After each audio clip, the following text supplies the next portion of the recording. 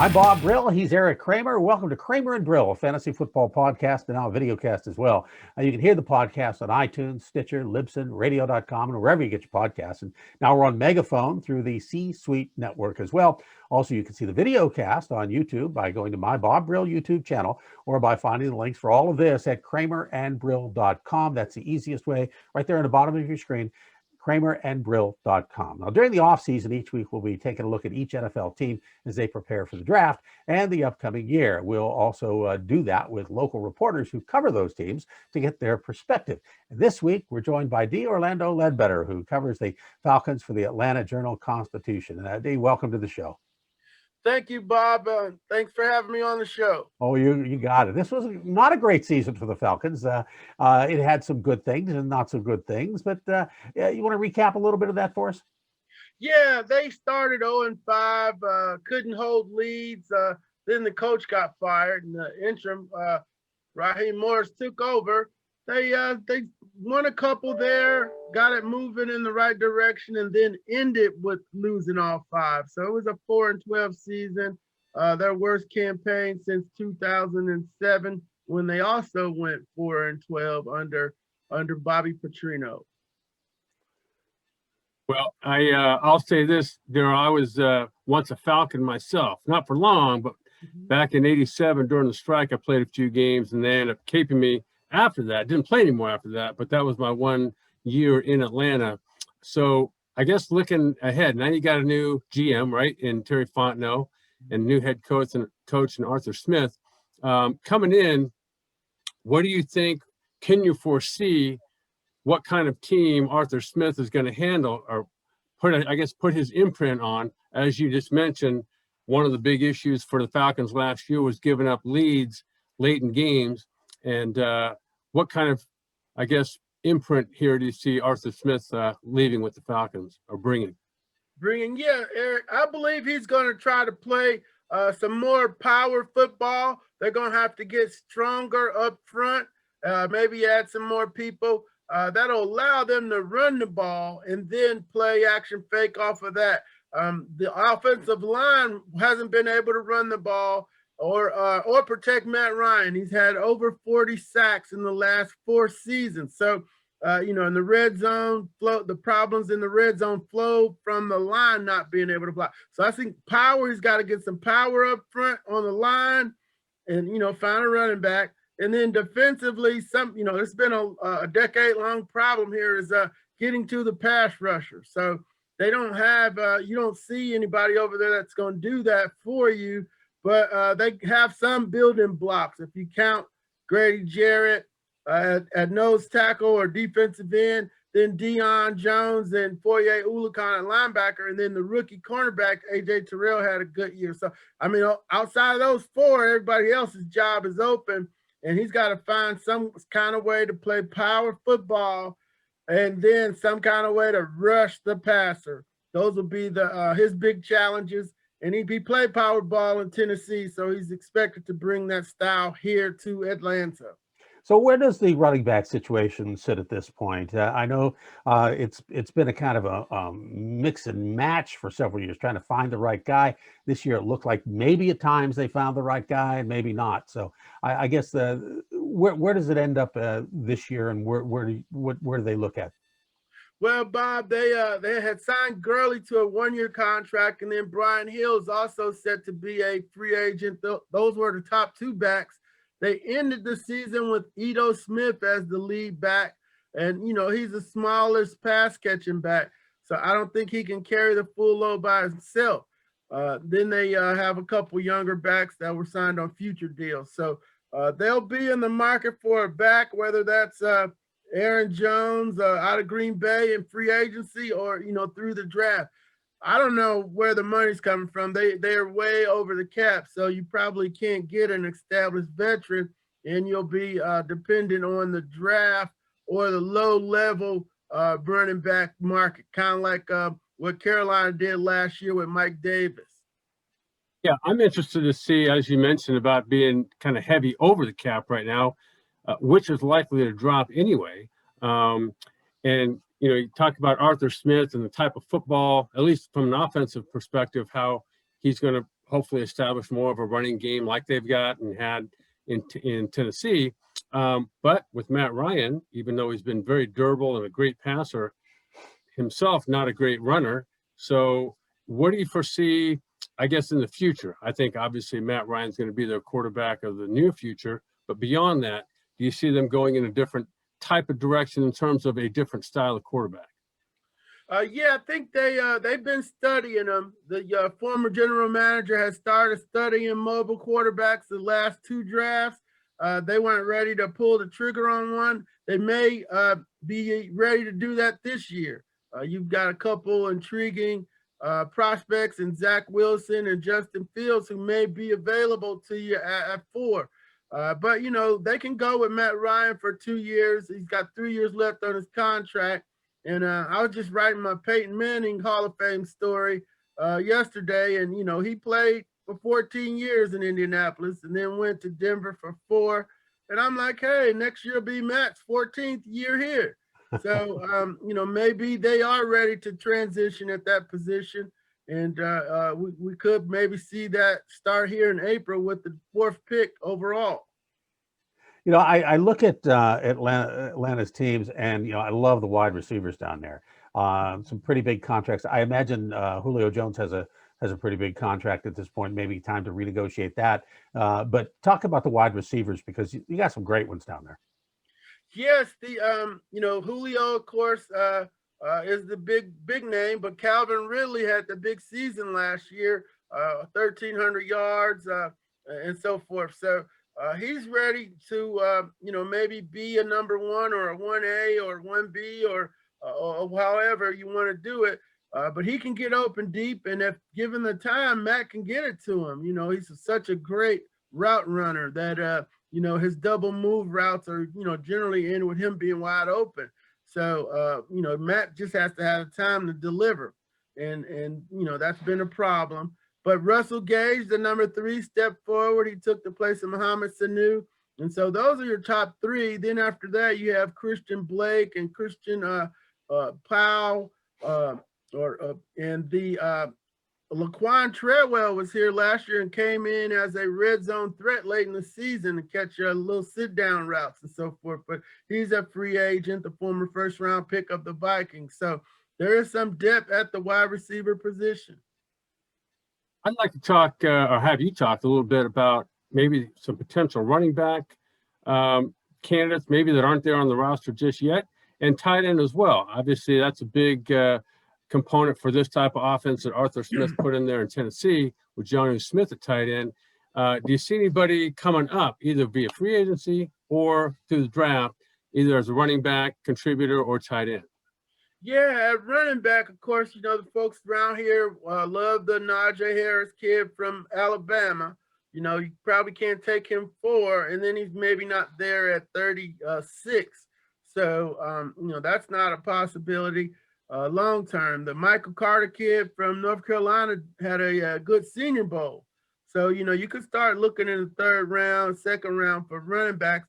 Travis Etienne from Clemson would be a dynamic back, but might not be there in the 2nd round too. So, you know, then you get into that next level of back. I think the kid's name is Gamwell at Memphis.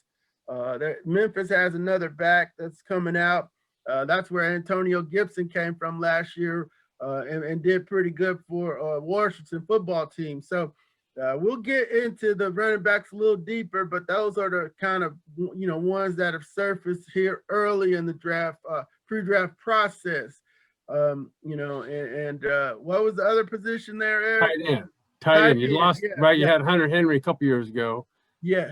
Hayden Hurst is the guy who they traded the 2nd round pick to Baltimore last year, and they got Dobbins, the back from Ohio State, with that pick. So, but Hayden Hurst came on last year. Him and Matt didn't have they didn't have the same connection that he had with Austin Hooper, who left for Cleveland. Hooper, right.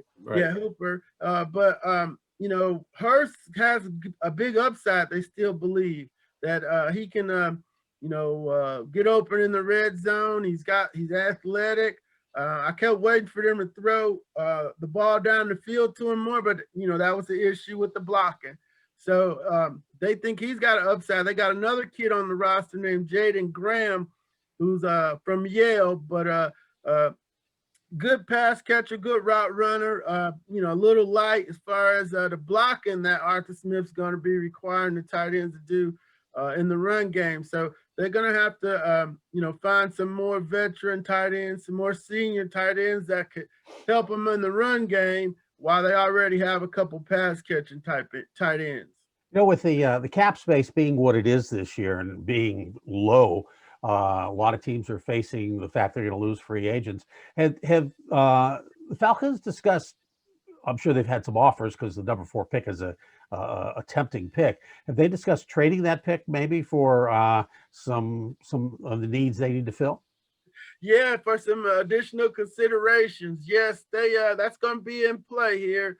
They were not happy with the Stafford and Goff trade because that took away one of their potential trading partners. So, Denver maybe comes up to get their pick.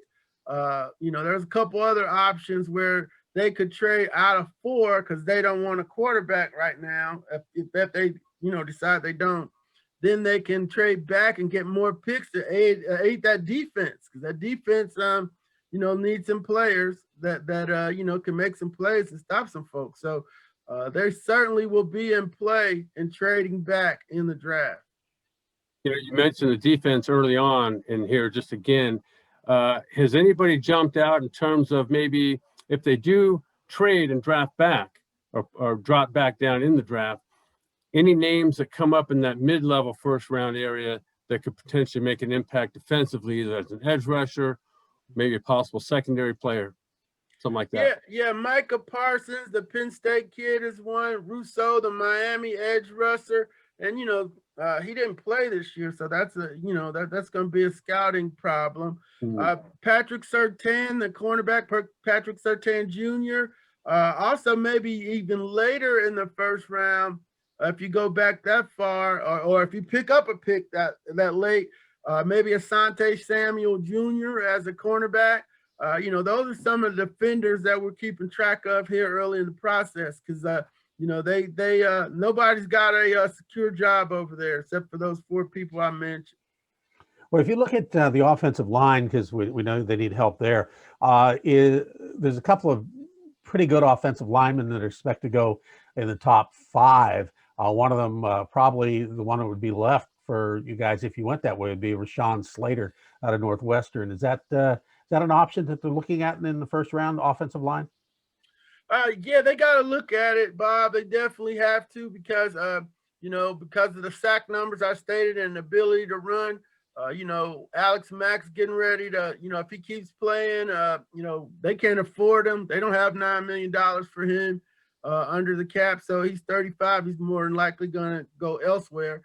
So you might have drafted your center last year in Matt Hennessy. He's going to get a shot at it. You don't have a left guard. And your right tackle has been shaky over his first 2 years in the league. And then you got Jake Matthews at left tackle. So, yeah, you can add a tackle and start him on the right or, move him in the guard. But the kid from Oregon would be the, top pick at 4. And then you got some, Slater from Northwestern's another option that we've seen maybe the Falcons, trying to add to that line to get them a little bit more powerful up front. Going back to Arthur Smith for a minute, this is, I guess, his first head coaching job, right, on any level. Yes. And I'm a big fan of what he put together with Tennessee, and what he crafted is what you're saying is hopefully coming to Atlanta, and that's his run-heavy, play-action pass, solid running game that leads to a very effective passing game. In terms of being a head coach there, what do you think Arthur Smith brings or is going to bring to the Falcons? Yeah, Erik, I watched that closely, because we've been hearing his name for, at least the last couple of years. And, all the players I know that play for him speak highly of him and said that he'll command the room and earn the team's respect. So I'm thinking that's going to be Harry Douglas was over there with him and, Mike Mularkey, I talked to him. He was with him. He gave him his first job over there. And Mike, really spoke highly of Arthur and projected him into the head coaching position as a good projection. And what I like mostly about him, Erik, is that he brought in a veteran staff. Dean Pease, 71, very senior defensive coordinator. He's got guys with at least 10 years in the league at just about all the key spots. So, the fact that he's got a staff in here that the players are going to have to respect, they're going to have to go out and play for, I think is very important for them. As we look at this particular season, are they looking at this as a rebuild, or are they looking at this as they can compete for maybe a playoff spot, maybe an outside shot at their division? Yeah, I don't know if they're delusional or not, but they think they can get back in the mix right away. The league's an 8-8 league, and if you can get to your 8-8 and still a couple more games, then you're 10-6, you're in the playoffs. So the talent disparity, they have their talent rated pretty high, higher than some of us in the media do, but we don't know any better. But they think with a couple good moves, fix the line, you got a quarterback and a wide receiver, and hey, you got to score points in this league, and you can jump right back in the mix. So we'll have to see if that's the case. I don't know what they do on defense. They got a lot of draft picks over there that have underperformed. They're going to need them to, either step it up or move on from them. That was one of the problems with the past regime. They kept their draft picks around even when they knew they couldn't play. When they should have went out and got players from, that were better than the ones that they were, trying to play. Yeah, not to send out just this happens all the time, because it doesn't, but my last year playing was 1999, and that was in San Diego. We were in the third preseason game of the year playing in St. Louis. That was a game that Rodney Harrison took out Trent Green, that the Rams then went on to insert a guy named Kurt Warner, win the MVP, win the Super Bowl. Yeah. So it can be done, and I think the Falcons do have a better roster than their 4-12 record did indicate. Obviously, they were kind of one of those teams, kind of like Detroit. Detroit had a chance to win a lot of games that they ended up losing for whatever reason. And so I think Atlanta is further along than a lot of teams with that kind of record last year. Hopefully that can kind of get them going, at least with a fresh start, new head coach, and as you said, kind of a new atmosphere in the building. Mm-hmm. Yeah, well, that'll be very interesting, because you do have a veteran coordinator. You got Coach Emmanuel up front and Coach Mancino, guys that have been around the league, so they know they'll have a plan for this team. It's certainly Dean Pease coming over, having Coach Ray Lewis and Ed Reed in Baltimore. That's definitely going to command the room. But yeah, I just wish we have a regular offseason where we could see them in mini camp and see them installing, and and they're not trying to put this thing all together on Zoom this offseason. But we got to get to that place. So yeah, I'm excited. I just want to see them put it together, and then we'll get to the season, and get some exhibition games in maybe this time around, and have a shot at being, a team that could make that big leap. d.orlando Ledbetter covers the Atlanta Falcons for the Atlanta Journal-Constitution. Hey, guy, we want to appreciate you being with us today. It's been fun.